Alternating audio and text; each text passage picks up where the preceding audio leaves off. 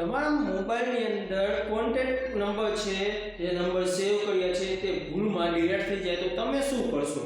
જી હા દોસ્તો, તો હું તમને આજે એક એવું સેટિંગ બતાવીશ જેમની મદદથી તમારા ભૂલથી થઈ ગયેલા નંબર સેવ હોય તે રિસેટ કેવી રીતે કરી શકાય.